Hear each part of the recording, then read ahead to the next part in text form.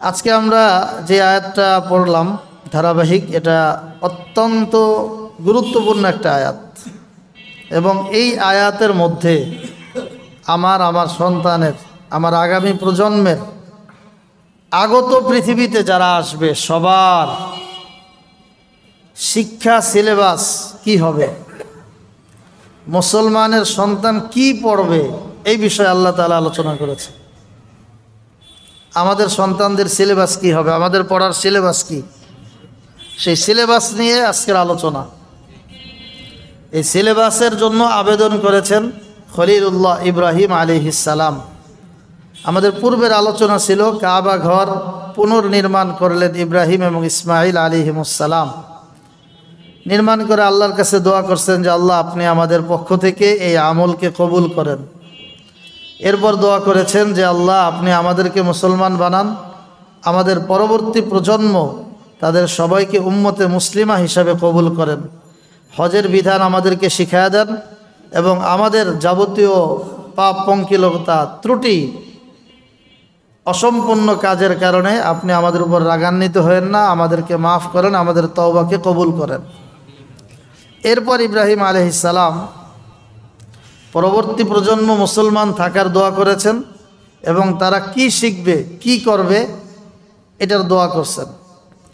তিনি আল্লাহর কাছে বলছেন রব্বানা ওয়াবআস ফীহিম রাসূলাম মিনহুম ইয়াতলু আলাইহিম আয়াতিকা ওয়া ইউআল্লিমুহুমুল কিতাবা ওয়াল হিকমাতা ওয়া ইউযাক্কিহিম। এই সিলেবাসের আলোচনা করতে গিয়ে প্রথম দোয়া ইব্রাহিম আলাইহিস সালামের যে আল্লাহ এই সিলেবাসের যিনি শিক্ষা দিবেন, উম্মাহকে জাতিকে যিনি শিখাবেন, এরকম একজন আদর্শ ওস্তাদ আগে আপনি দেন।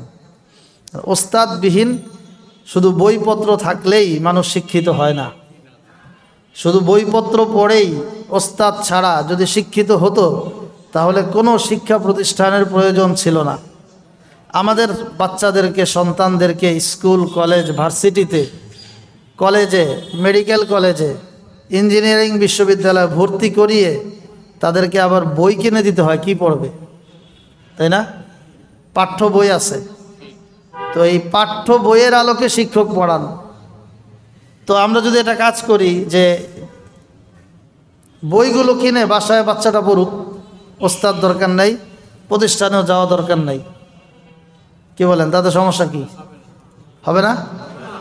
কেন হবে না? এই বই তো শিক্ষক পড়ায়, শিক্ষক তো এই বইয়েই পড়ায়, টিচার তো এই বই পড়ায়, কোচিংয়ে গেলে এটা নিয়েই আলোচনা হয়। কিন্তু শিক্ষক ছাড়া শুধু সিলেবাস দিলে সেই সিলেবাসটা কার্যকরী হবে না, সিলেবাসের সুফল পাওয়া যাবে না। এজন্য ইব্রাহিম আলাইহিস সালাম আল্লাহর কাছে দোয়া করছেন রব্বানা ওয়াবআস ফীহিম রাসূলাম মিনহুম, আল্লাহ আপনি একজন রসুল পাঠান, আপনি এই আরব জাতির মধ্যে একজন রসুল পাঠান। যেই রসুল কিসের শিক্ষা দিবেন, এবার সিলেবাসের বিষয় আলোচনা করছেন। আগে ওস্তাদ চাইলেন যে আল্লাহ আপনি রসুল পাঠান, আপনার পক্ষ থেকে রসুল এই সিলেবাসের ব্যাখ্যা করবে, কি তালিম দিবে উম্মাকে, ইয়াতলু আলাইহিম আয়াতিকা। এক নাম্বার তালিম হবে যে শিক্ষক এসে জাতির সামনে, উম্মার সামনে আপনার নাজিলকৃত কিতাব কোরআনুল কারীম এটার তেলাওয়াত করবেন, এটা তিনি পড়বেন। ইয়াতলু আলাইহিম, মুফাসসিরিনে কেরাম লিখেছেন লফজান ওয়া হিফজান ওয়া তাহফিজান, লফজান ওয়া হিফজান ওয়া তাহফিজান, তিনটা শব্দ বলেছেন। তিনি তেলাওয়াত করবেন, শব্দ শব্দে তেলাওয়াত করে উম্মাকে শোনাবেন। এই যে আমরা পড়ি, আপনারা শুনছেন, তাফসীরের শুরুতে পড়া হয়, নামাজে পড়া হয়, বিভিন্ন সময় পড়া হয়, তারাবিতে পড়া হয়। এটা হলো একটা নবীর প্রথম জিম্মাদারি। উম্মার প্রত্যেকটা সদস্যের, যারা আল্লাহর নবীর উম্মত, আল্লাহর বান্দা, তার শিক্ষা সিলেবাসের প্রথম পাঠ হলো পড়ো, কোরআনুল কারীম পড়ো। শুধু পড়ো তোমার প্রভুর নামে, এটা না, শুধু পড়ো না, পড়ো তোমার প্রভুর নামে। এই জন্য সর্বপ্রথম যেদিন আল্লাহ তাআলা কোরআন নাজিল করছেন ওই দিন এই কথা বলছেন, ইকরা বিস্মি রব্বিকাল্লাযী খলাক, পড়ো তোমার প্রভুর নামে যিনি সৃষ্টি করেছেন। এখন শুধু পড়লেই মানুষ শিক্ষিত হবে না, আল্লাহর নামে যেটা পড়া হয় ওইটাকেই কোরআনুল কারীম বলছেন পড়া। তাহলে প্রথম পাঠ হলো ইয়াতলু আলাইহিম আয়াতিক, লফজান, শব্দ শব্দ নবী পড়বেন, উম্মাহ শিখবে, উম্মাহ আবার তেলাওয়াত করবে, এভাবে আমল চলবে। হিফজন, নিজে মুখস্থ করা, তাহফিজন, অন্যকে মুখস্থ করানো। নিজেও মুখস্থ করব, অন্যকেও মুখস্থ করানো। তো এই সিলেবাস শুধু নবীর একার না, আমার সন্তানের, আপনার সন্তানের, আপনার আমার নিজেরও। এখান থেকে আমাদের সবক হলো যে লফজান, হরফ হরফ, অক্ষর অক্ষর কোরআনুল কারীমের তেলাওয়াতকে শুদ্ধ করা, মাখরাজ, বিশুদ্ধ উচ্চারণ, তাজবিদ সহ কোরআনুল কারীমকে তেলাওয়াত করা, এটা হলো আমাদের প্রথম জিম্মাদারি। এরপরে হিফজ করা। হিফজের ক্ষেত্রে এক তো হলো পুরা কোরআনুল কারীম মুখস্থ করতে পারলে আমরা বলি হাফেজে কোরআন। এই হিফজের বিষয়টা আরব কান্ট্রিগুলোতে আরেকটু সহজ। আমাদের দেশে, বাংলাদেশে ফুল 30 পারা কমপ্লিট না করলে তাকে হাফেজ বলা হয় না। আরবে ওই এরা বলে যে হাফিজুন লিজুজ ইন ওয়াহেদ, লিজুজ আইন, লিসালাসাতি আজজা, লিনিসফ, যে 1 পারার হাফেজ, 2 পারার হাফেজ, 3 পারার হাফেজ, অর্ধেক কোরআন শরীফের হাফেজ। এরকম হাফেজ শব্দটা তাদের সমাজে ব্যবহার হয়। 1, 2, 4, 5 কম করলে ওইটা উল্লেখ করে যে মাত্র 1 পারার হাফেজ, তারপরে সে হাফেজ। তো আমরা 30 পারা এই বয়সে চেষ্টা করলে তো সম্ভব, যদি নাও পারি তারপরেও কিছু কিছু সূরা মুখস্থ করা, কমপক্ষে 30 নম্বর পারাটা, ছোট্ট সূরাগুলো সব মুখস্থ করে ফেলার একটা আগ্রহ নিজেদের মধ্যে তৈরি করা, এটা আমাদের সিলেবাসের প্রথম পড়া। আল্লাহ তাআলা নিজে এই সিলেবাস আমাদেরকে দিয়েছেন। ইব্রাহিম আলাইহিস সালাম আল্লাহর কাছে দোয়া করেছেন, আল্লাহ সেটা কবুল করেছেন। তাহলে প্রথম পাঠ শব্দ ঠিক করা, মুখস্থ করা এবং অন্যকেও কোরআনুল কারীম মুখস্থ করার জন্য মেহনত করা, চেষ্টা করা। এটা হলো 1 নম্বর দায়িত্ব। নবীর দুনিয়াতে আসার পর নবী এই মেহনত করবেন এবং নবীওয়ালা, নবীর উম্মত যারা, তারাও এই মেহনত করবেন, এই তালিম নেবেন, এই তালিম দিবেন। 2 নম্বর কি? ইব্রাহিম আলাইহিস সালাম দোয়া করলেন, ওয়া ইউআল্লিমুহুমুল কিতাব ওয়াল হিকমাহ। আল্লাহ, আপনি একজন রসুল পাঠান, একজন ওস্তাদ পাঠান, একজন দূত পাঠান আপনার পক্ষ থেকে, যিনি নিজে তো পড়বেনই, এরপর ওয়া ইউআল্লিমুহুম, জাতিকে, জনগণকে, উম্মতকে শিখাইবেন আল কিতাব, কোরআনুল কারীম। উম্মতকে কোরআনুল কারীম শেখাবেন। এই জিম্মাদারি, নবীর জিম্মাদারি এটা হবে। এমন নবী আমি চাই। ইব্রাহিম আলাইহিস সালাম আল্লাহর কাছে দোয়া করছেন। তো নবী আসার পর এইভাবে তার জিম্মাদারিগুলো পালন করেছেন। যে দ্বিতীয় কাজ হইল আল কিতাব, কোরআনুল কারীম উম্মাকে শিখানো। ওয়াল হিকমাহ, হিকমা অর্থ হইল সুন্নাহ, আল্লাহর নবীর সুন্নত। কোরআন এবং সুন্নাহ, কোরআন এবং সুন্নাহ এই দুইটা শিখানো। প্রত্যেকে নিজে শেখা, নিজের সন্তানকে শেখানো, নিজে শেখা, নিজের সন্তানকে শেখানো। আমরা যারা আছি, আমরা নিজেরা চেষ্টা করা যে আমরা কোরআন শিখব। এই যে তাফসিরে যারা বসার তৌফিক হয়, আলহামদুলিল্লাহ, তারা অন্য সমাজের যারা বসে না তাদের থেকে আমরা একটা স্তরে ভালো অবস্থায় আছি যে আল্লাহ তাআলা আমাদেরকে কোরআন শিখার এই মজলিসে বসার সুযোগ করে দেন। বাকি এখান থেকে আরেকটু স্পিরিট নিজের ভিতরে তৈরি করে শেখার জন্য চেষ্টা করা। এমন না যে সবসময় শুধু তাফসির শুনলাম, নিজে কোরআন শিখলাম না। স্পিরিট তৈরি করা নিজের ভিতরে, আগ্রহ হলেই আপনি পারবেন ইনশাআল্লাহ। আমাদের ভিতরে অনেকে পারে, প্রতি মাসে কোরআন শরীফ খতম করে, 2 মাসে খতম করে, 3 মাসে খতম করে, রমজানে বারবার খতম করে।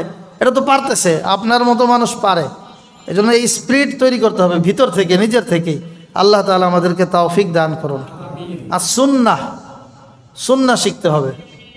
এই যে মসজিদে ঢুকলাম, কয়জনে মসজিদে ঢুকার সুন্নতগুলো আদায় করে ঢুকেছি একটু নিজে চিন্তা করেন। যারা করেছে আলহামদুলিল্লাহ ভালো, যারা করি নাই কেন করি নাই, পারি না নাকি খেয়াল করি নাই? যদি খেয়াল না করি সতর্ক হওয়া, যদি না পারি শিক্ষা করা, এটা আমাদের দায়িত্ব। মসজিদ থেকে বের হওয়ার সুন্নত আছে, রাস্তায় চলার সুন্নত আছে, বাজারে যাওয়ার সুন্নত আছে, ঘরে ঢোকার সুন্নত আছে, ঘরে থাকার সুন্নত আছে, খাওয়ার সুন্নত আছে, ঘুমানোর সুন্নত আছে, অজু ইস্তেঞ্জা ঢুকবো, পসরা পায়খানায় ঢুকবো, ঢোকার সুন্নত আছে, বের হওয়ার সুন্নত আছে। আমার স্ত্রীর সাথে আমার ব্যবহার কেমন, এটা সুন্নত আছে। সন্তানের সাথে ব্যবহার কেমন, এটার সুন্নত আছে। এখন এগুলো আছে বলে কি জীবন পার করে ফেলবো? শিখতে হবে। এটা ইব্রাহিম আলাইহিস সালাম আল্লাহর কাছে দোয়া করেছেন যে আল্লাহ রসুল পাঠান যিনি জাতিকে সুন্নাহ শিখাবেন। নবী তো শিখায় গেছেন, এখন আমাদের দায়িত্ব নিজেরা শেখা, নিজেদের সন্তানদেরকে শেখানো। এখন এই যে আগের কথায় আসেন, এই যে শেখানোর কাজটা, এটা কিন্তু ব্যক্তিগতভাবে ইচ্ছা করলেই হয় না, এটা একজন ওস্তাদের তত্ত্বাবধানে হতে হয়, ওস্তাদ লাগে। এজন্য বাচ্চারা যাদের শেখার বয়স, যাদের আপনারা স্বপ্ন দেখছেন হাফেজ আলেম হবেন, তাদেরকে আমাদের কাছে দিয়ে দিবেন।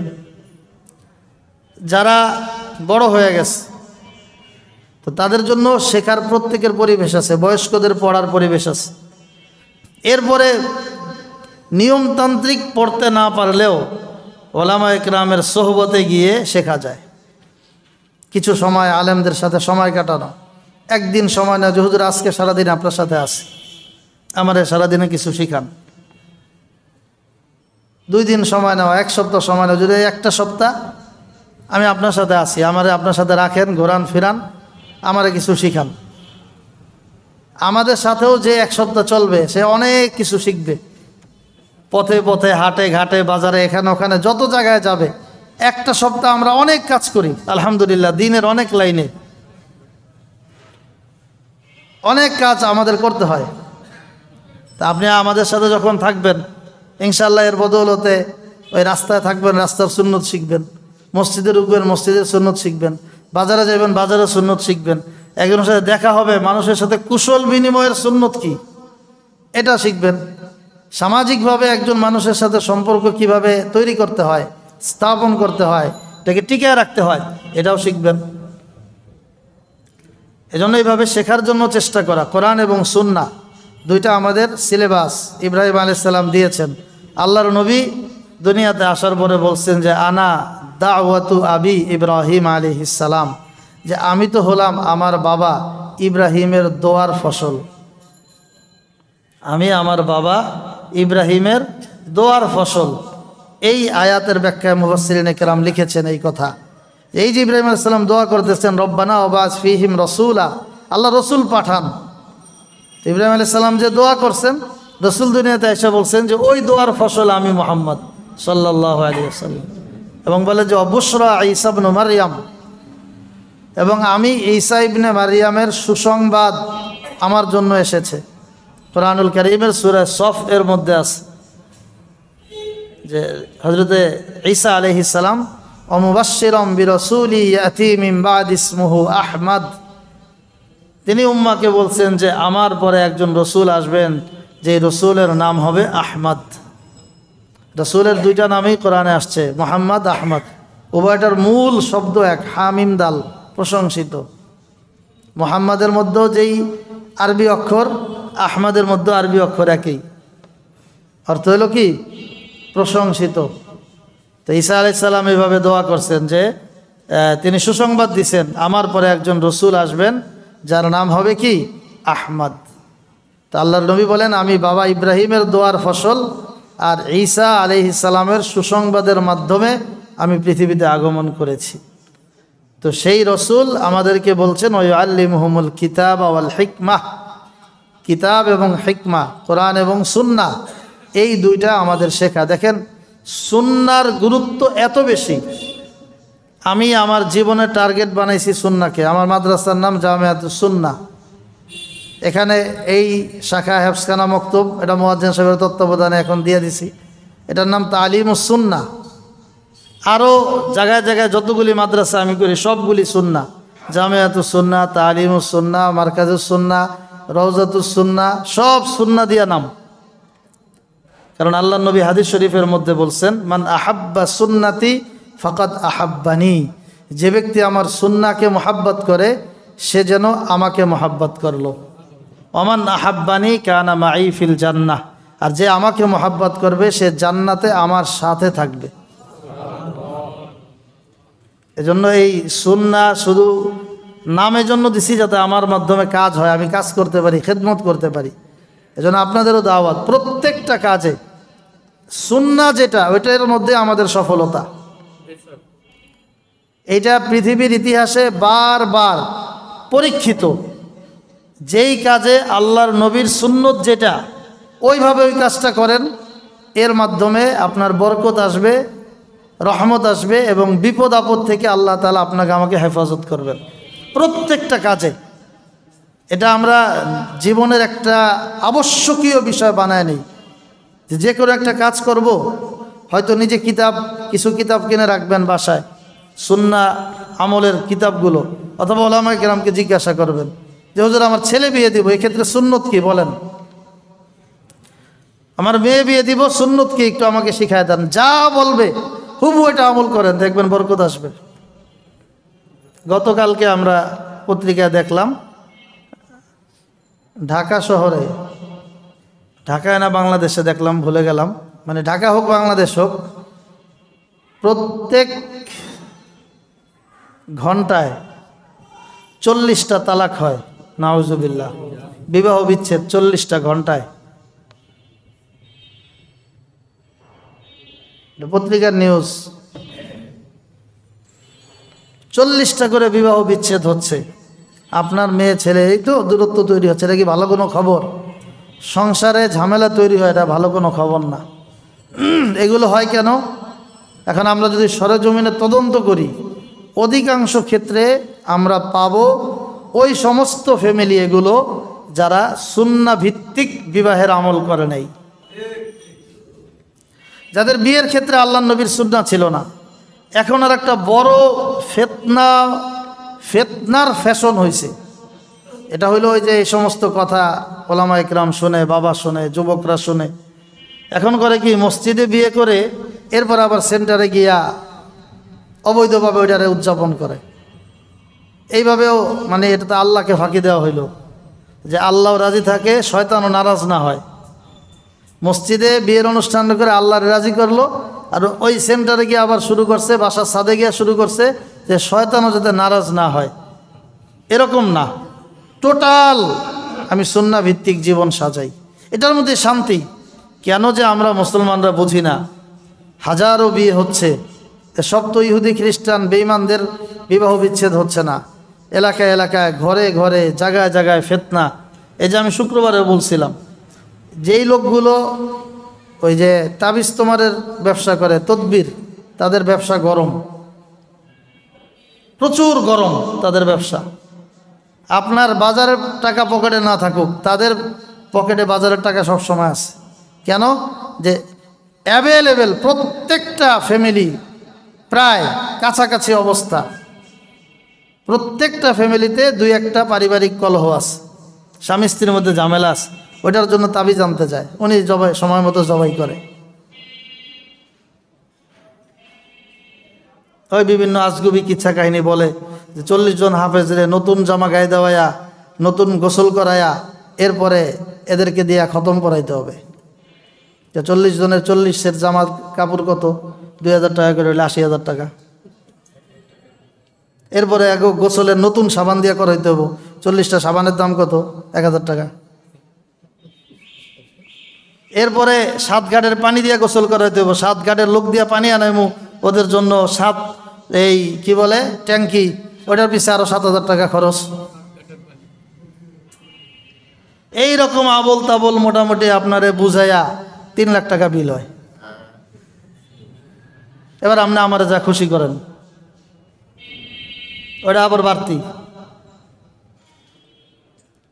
এরকম একজন হয়েছিল ঢাকার মিরপুরে, একটা কাহিনী শুনছি, ওই শাহ আলী মাজারের পাশে একটা দরবার লয়ে বসছে, এরকম আজগুবি কাহিনী মাহিনী বলছে মহিলাও শিক্ষিত আছিল, মহিলা অনেক টাকা পয়সা অনেক দিছে, 4-5 লাখ দেওয়ার পরে দেখ কোনো কাজই হয় না, আসলে সব এটি ভুং ভাং।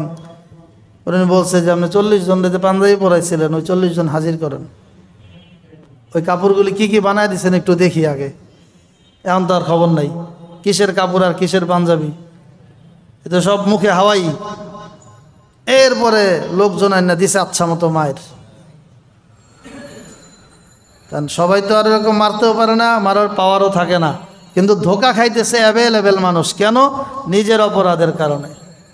আপনার দরকারই কি বা ওদের কাছে গিয়ে এইভাবে এত কাহিনীর মুখে পড়ার? আমার নবীর যা সুন্নাহ আছে আলহামদুলিল্লাহ, এই সুন্নাহর মধ্যেই আপনার আমার ব্যক্তিগত টুকটাক ঝামেলার থেকে বাঁচার জন্য যাবতীয় আমল রসুল আমাদেরকে শিখায় গেছে। হঠাৎ বড় কোনো পেরেশানি, অস্থিরতা, বিপদ, ঝামেলা এগুলো এড়ানোর জন্য যা যা দোয়া লাগে, প্রোটেকশন লাগে, যা যা আমার পিছনে এই লাগবে, কি বলে, এই সিকিউরিটি, আমার চতুর্দিকে ফেরেশতা সিকিউরিটি থাকবে, এই সব আমল তো আল্লাহর নবী আমাদেরকে শিখায় গেছে। একেবারে সহজ আমল দেখেন, যেটা আমরা সবাই করি, ফজরের পরে সূরা হাসরের শেষ 3 আয়াত পড়া, তাই না? এই আমলের ফায়দা কি বলেন তো? সকাল এবং সন্ধ্যায় কেউ যদি আমলটা করে, সকালে করলে সন্ধ্যা পর্যন্ত, সন্ধ্যা করলে সকাল পর্যন্ত 70,000 ফেরেশতা যিনি পড়বেন তার নিরাপত্তায় আল্লাহ তাআলা নিযুক্ত করে দেন। আমলটা আল্লাহ নবী আমাদেরকে শিখায় গেছেন। চিন্তা করেন, এই আমলটা করতে সময় লাগবে 1 মিনিট 1.5 মিনিট, 1 মিনিটে হয়ে যায়। আমরা যা পড়ি তাড়াতাড়ি করে, 1-1.5 মিনিটের একটা আমল 70,000 ফেরেশতা আমার নিরাপত্তার জন্য আল্লাহ তাআলা নিযুক্ত করে দিচ্ছেন। কল্পনা করা যায় 70,000।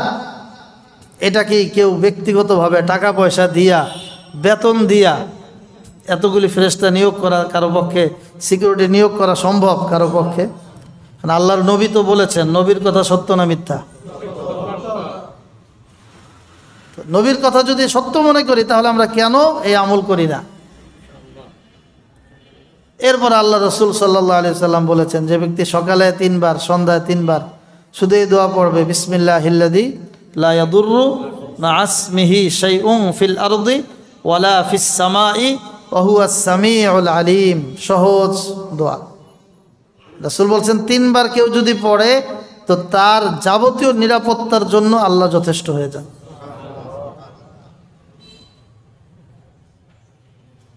এরকম আরো অনেক আমল দোয়া, হাসবুনাল্লাহু ওয়া নি'মাল ওয়াকিল, হাসবিয়াল্লাহু লা ইলাহা ইল্লাহু আলাইহি তাওয়াক্কালতু ওয়া হুয়া রাব্বুল আরশিল আযীম।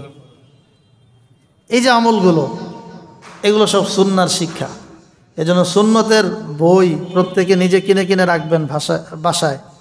প্রিয় নবীর প্রিয় সুন্নত, ছোট্ট একটা বই আছে এই নামে, মুফতি মনসুরুল হক হাফিজাহুল্লাহর লেখা, প্রিয় নবীর প্রিয় সুন্নত। মাত্র 15-20 টাকা দাম মনে হয়। যাই হোক, এরপরে দিছিলাম না, এরপরে না আমি দিছিলাম ওই সেটটা, পাকিস্তানের হযরত মাওলানা হাকিম মোহাম্মদ আখতার রহমতুল্লাহ আলাই, ওনার লেখা। ওইটা হলো এই নবীজির সুন্নত। ওটার নাম কি? প্রিয় নবীর না আমার সুন্নত না কি যেন। এটাও আমরা গত বছর মানে বিতরণ করছিলাম সবার মাঝে। না, ইসের সময় দিছি, এতেকাফের সময়, তাফসিরের সবাই পায় নাই। হ্যাঁ, এতেকাফের সময় সবাইরে দেওয়া হয়েছিল। আলহামদুলিল্লাহ আমাদের প্রায় 60 জনের মধ্যে এতেকাফে ছিলেন, সবাইকে দেওয়া হয়েছে। তো এই কিতাবগুলো দেই না দেই তো আপনারা দিলে এটাই আমি দেই, তাই না? প্রত্যেকে নিজে নিজে কিনে কিনে রাখা, এরকম বহুত কিতাব আছে প্রত্যেকের বাসায়। ওই যে সুকেস যেমন একটা জোন আছে, হাঁড়ি পাতিল, চায়ের কাপ ইত্যাদি রাখার, একটা বুক সেলফ কমপক্ষে রেখে কিছু কিতাব সংগ্রহ করা এবং পড়া, মাথার কাছে কিতাব রাখা। শোয়ার সময় আপনি কিতাব পড়েন, পড়তে পড়তে ঘুমায় যান, ঘুমও তাড়াতাড়ি আসবে। শয়তান অনেক মেহনত করে, ঘুম না আসতে চাইলে বই পড়া শুরু করেন, দেখবেন অটোমেটিক ঘুম চলে আসছে। তো যাই হোক, এই কিতাবগুলো কিনে কিনে এই সুন্নাহগুলো শিখে প্রত্যেক দিন যদি আমি একটা টার্গেট করি যে আজকে একটা সুন্নত শিখবো, আলহামদুলিল্লাহ বছরে 365টা সুন্নত আমাদের শেখা হয়ে যায়। একদিন অনেক শেখার দরকার নেই, একটা শিখেন। আল্লাহ তাআলা আমাদের সবাইকে কবুল করেন। বলছিলাম যে ব্যক্তি সুন্নতকে মোহাব্বত করবে, নবী বললেন সে আমার সাথে জান্নাতে থাকবে। এটা কত বড় কথা, কত দামি কথা। নবীর সাথে জান্নাত কি, যদি আমি সুন্নতকে ধরতে পারি। এজন্য শাহ হাকিম মোহাম্মদ আখতার আলাইহির রহমা, ওনার এক বিখ্যাত মাকুলা আছে, নকশে কদম নবী কে হ্যাঁ जन्नत के रास्ते, अल्लाह से मिलाते हैं सुन्नत के रास्ते। নবীর নকশে কদমে চলা এটা জান্নাতের পথ, আর আল্লাহর সাথে সহজে মিলতে পারবো যদি সুন্নতকে জীবনে ফিট করতে পারি। আল্লাহ তাআলা আমাদেরকে তৌফিক দান করুন। তাহলে ইব্রাহিম আলাইহিস সালাম 3টা সিলেবাসের কথা বলেছেন। 1 নাম্বার যে নবী এসে কোরআনুল কারীম তেলাওয়াত করবেন। 2 উম্মাকে কোরআন সুন্নাহ, কোরআন এবং সুন্নাহ, কিতাব ও হিকমত শিক্ষা দিবেন। 3 নাম্বার ওয়ায়ুযাক্কিহিম, এবং সেই নবী উম্মতের আত্মার চিকিৎসা করবেন। নবী এই জিম্মাদারি পালন করবেন, উম্মতের আত্মার চিকিৎসা। আমাদের সমাজে আমরা রোগ বলতে শুধু শারীরিক রোগই বুঝি। যতজন দোয়া চায়, এখন থেকে আপনি খেয়াল করেন আমাদের মসজিদে আপনি যেখানে নামাজ পড়েন, যে অমুক তার ছেলের জন্য দোয়া চাইছে, অমুকের কি অপারেশনের জন্য দোয়া চাইছে, অমুক অসুস্থের জন্য দোয়া চাইছে। এই সব অসুস্থতার উদ্দেশ্য হলো এই শারীরিক বডির অসুস্থতা। আর কোরআনুল কারীম ইব্রাহিম আলাইহিস সালাম তিনি যে তালিমের কথা বলছেন, সিলেবাসের কথা বলছেন, যে নবীর জিম্মাদারি হবে নবী উম্মার আত্মার চিকিৎসক হবেন। কিসের চিকিৎসক? বডির চিকিৎসক মৌলিক না, যদিও সুন্নাহর মধ্যে সব বডির চিকিৎসা আছে। চিকিৎসা বিজ্ঞানের বিখ্যাত হলেন মুসলিমদের মধ্যে ইবনে সিনা রহমতুল্লাহ আলাইহি, তার নামে এখন হসপিটাল। এই ইবনে সিনা অনেক বড় চিকিৎসক। 10 বছর বয়সে তিনি হাফেজ হয়েছেন, হাফেজে কোরআন ছিলেন, এবং তিনি এক কিতাব লিখেছেন আল কানুন ফিত তিব, দ্য ক্যানুন অফ মেডিসিন। ইংলিশে বলে দ্য ক্যানুন অফ মেডিসিন, আরবিতে লেখা আল কানুন ফিত তিব।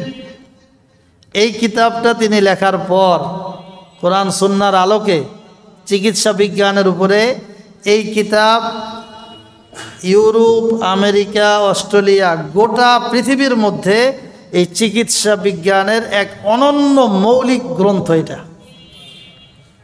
এটা মুসলমান ইবনে সিনা হাফেজে কোরআন তিনি লিখেছেন। তো এটা কোরআন সুন্নাহর আলোকে লিখেছেন। এইগুলি বাহ্যিক চিকিৎসা, এটাও কোরআন সুন্নাহয় আছে।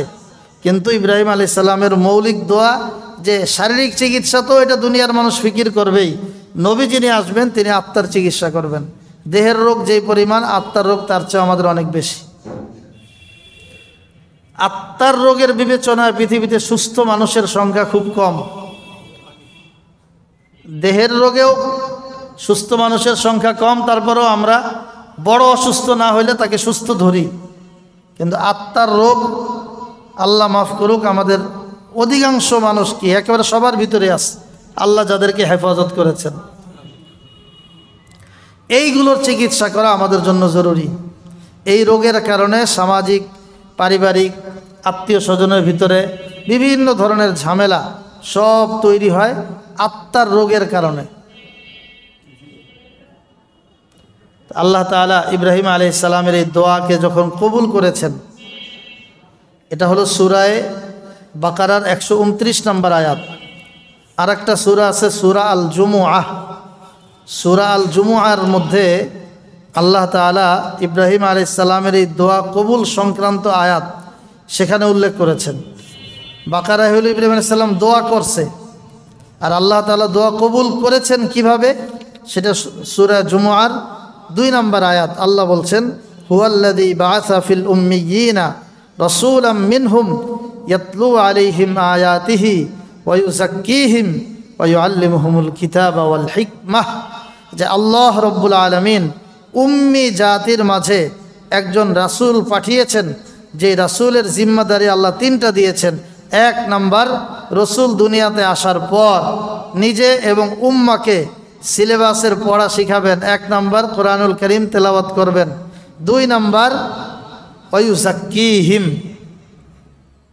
আল্লাহ যখন দোয়া কবুল করছেন তখন বললেন নবীর দ্বিতীয় জিম্মাদারি হলো উম্মতের আত্মার চিকিৎসা করা, উম্মতের রুহানি রোগের চিকিৎসা করা।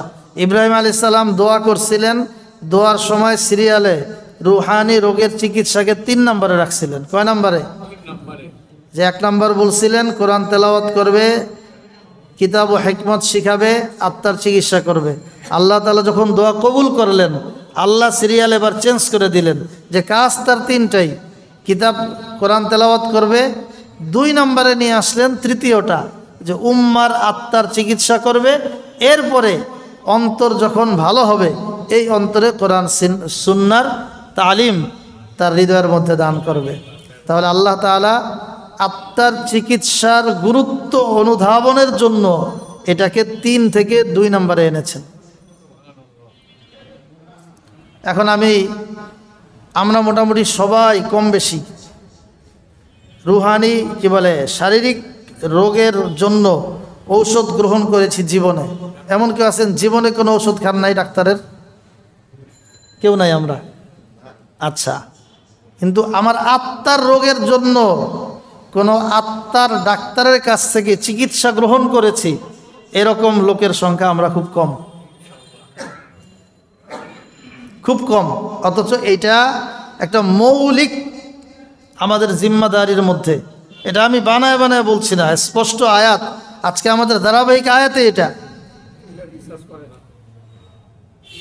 কোরআন আমাকে বলে নাই যে তোমার শারীরিক রোগের জন্য ডাক্তারের কাছে যাও। হ্যাঁ, এটা আল্লাহ নবীর সুন্নত, অসুস্থ হলে যাব। ওয়াইদা মারিদতু ফাহুয়া ইয়াশফিন, কোরআন বলে যখন আমি অসুস্থ হই সুস্থ করেন যিনি, তিনি হলেন কে? আল্লাহ। আল্লাহর নবী চিকিৎসার জন্য বলেছেন, কিন্তু আয়াত এইভাবে ডাইরেক্ট আপনাকে ডাক্তারের শরণাপন্ন হতে বলে না। আয়াতে ডাইরেক্ট যেটা বলতেছে যে আত্মার রোগের চিকিৎসার জন্য তুমি ডাক্তারের শরণাপন্ন হও। নবীকে বলছেন আপনি আত্মার রোগের চিকিৎসা করেন।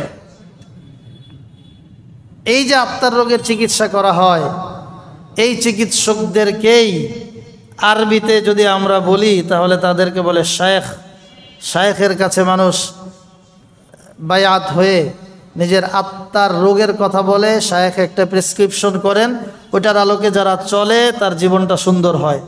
এটাই আমাদের উপমহাদেশের সবচেয়ে বেশি প্রাচীনকাল থেকে পরিচিত ভাষা হইল ফার্সি। ফার্সিতে এটাকেই বলে পীর। ফার্সিতে কি বলে? পীর। এই যিনি পীরের কাছে আত্মার রোগী হয়ে যান তাকে বলে মুরিদ। চিকিৎসকের নাম কি? পীর। আর রোগীর নাম কি? মুরিদ। এই পীর মুরিদি, পীর মুরিদি মূলত এটা হলো আত্মার রোগের চিকিৎসক আর রোগীর একটা নাম। এটা যতদিন পর্যন্ত ডাক্তারদের মধ্যে যেমন ভেজাল আছে, ঔষধের মধ্যে ভেজাল আছে, ঠিক পীর মুরিদির মধ্যেও ভালো মন্দ, হক বাতিল, আসল ভেজাল, নকল সবই আছে। এখন সমাজে নকল পীর মুরিদির সংখ্যা এত বেশি যে কারণে অনেকে পীর মুরিদি দেখতেই পারে না। নকল ঔষধের ভেজালের কারণে, জাল টাকার কারণে টাকার লেনদেন কি বন্ধ হয়ে গেছে? নকল ঔষধ বাজারে অ্যাভেলেবেল। যখনই কোনো ভ্রাম্যমাণ আদালত যায় দেখবেন ফার্মেসিগুলো অ্যাটাক হয়ে যাচ্ছে নকল ঔষধের কারণে। মেয়াদ উত্তীর্ণ ঔষধ, 2 নম্বর ঔষধ, অরিজিনাল ঔষধ খুব কম। অরিজিনাল ঔষধের দাম একটা, তার থেকে অনেক সস্তায় বাজারে ভেজাল ওষুধ পাওয়া যায়। আমরা বাঙালি তো সস্তায় বিশ্বাসী, যেটা কমে পাই ওখান থেকে কিনি। আল্লাহ মাফ করুক, এর মাধ্যমে একেবারে দেখা যায় ভিতরে শুধু ময়দা ছাড়া আর কিছুই নেই, আসল মেডিসিন নেই। তো যাই হোক, আসল নকল ভালো মন্দ এগুলো থাকবেই, এর মধ্যে দিয়েও আসলকে চিনে সেখানে আমাদেরকে যেতে হবে। এজন্য আত্মার রোগের চিকিৎসক খুঁজে আমাদের পৃথিবীর ইতিহাসে যত বড়রা আছেন, বড় বড় ওলামা একরাম, সবাই তার আত্মার রোগের চিকিৎসা করিয়েছেন। এর মাধ্যমেই তিনি পৃথিবীতে আরও অনেকের জন্য চিকিৎসক হয়েছেন, আদর্শ হয়েছেন। যে আত্মার রোগের চিকিৎসা করে নাই এরকম একজন বিখ্যাত আলেমের নাম পৃথিবীর ইতিহাসে খুঁজে পাওয়া যাবে না।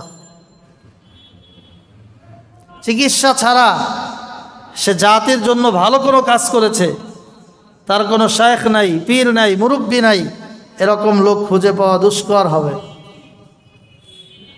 আমরা যাদের নাম শুনে শুনে অভ্যস্ত, খাজা মঈনুদ্দিন চিশতি আজমিরি রহমতুল্লাহ আলাই, তার পীর খাজা কুতুবুদ্দিন বখতিয়ার কাকি রহমতুল্লাহ আলাই, বড় পীর আব্দুল কাদের জিলানির নাম শুনি, তারও পীর ছিল। হাসান বসরি রহমতুল্লাহ আলাই, তারও পীর ছিল। নিজামুদ্দিন আউলিয়া রহমতুল্লাহ আলাই, তারও পীর ছিল।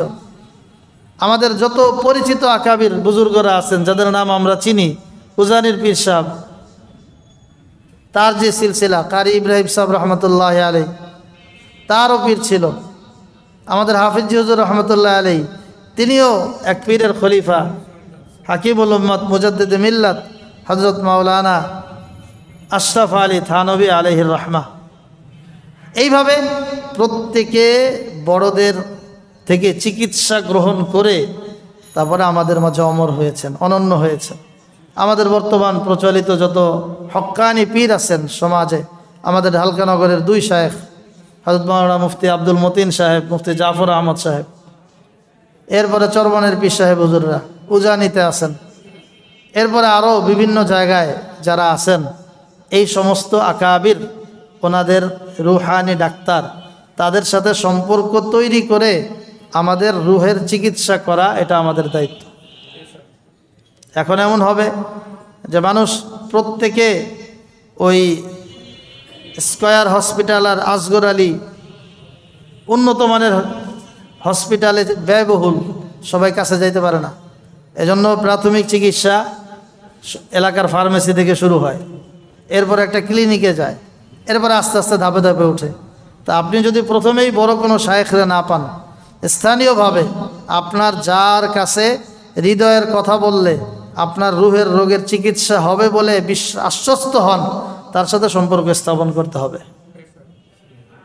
এভাবে করে ধীরে ধীরে ধীরে ধীরে পর্যায়কে আগায় নিয়ে নিজেকে পরিপূর্ণ আত্মার রোগ মুক্ত করার জন্য চেষ্টা করা, এটা হলো তৃতীয় আমল ছিল দোয়ার মধ্যে ইব্রাহিম আলাইহিস সালামের। আল্লাহ তাআলা কবুলের সময় বললেন যে এটা দ্বিতীয় আমল। এটা কি আমল?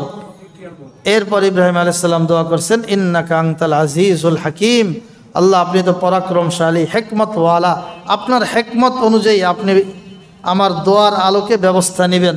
তো আল্লাহ তাআলা হিকমতওয়ালা, হিকমতের সাথে ব্যবস্থা নিয়েছেন যে আত্মার রোগের সিরিয়াল 2 নম্বরে নিয়ে এসেছেন। এজন্য আজকে আমরা 3টা বিষয় শিখলাম। ইব্রাহিম আলাইহিস সালাম দোয়া করেছেন মৌলিকভাবে প্রথম একজন রসুলের জন্য, এর অর্থ হলো ওস্তাদ লাগবে শেখার জন্য, ওস্তাদ ছাড়া শেখা যায় না। ওস্তাদ যদি ভ্রান্ত হয় ছাত্ররা সব ভ্রান্ত হবে, ওস্তাদ গোমরা ছাত্র গোমরা।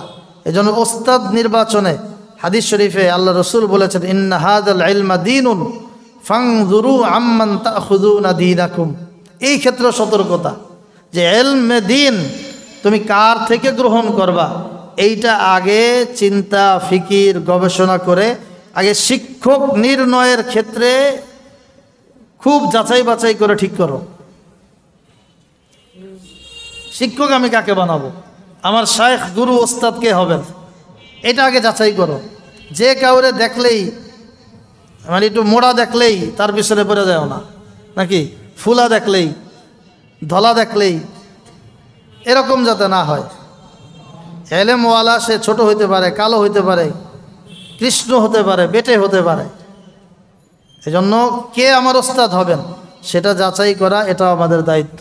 ওস্তাদ যাচাই করে ওস্তাদের কাছ থেকে 3 বিষয়ের তালিম, কোরআনুল কারীম, কিতাব ও হিকমত এবং তাসকিয়া, এই 3 বিষয়ের সবক গ্রহণ করে আমি আমার জন্য, আমার সন্তানের জন্য, জাতির জন্য, উম্মার জন্য এই সিলেবাসে যদি উম্মা চলে তাহলে ইনশাআল্লাহ আমরা দুনিয়াতেও শান্তিতে থাকব, পরকালীন জীবন আমাদের সুখ এবং শান্তির হবে।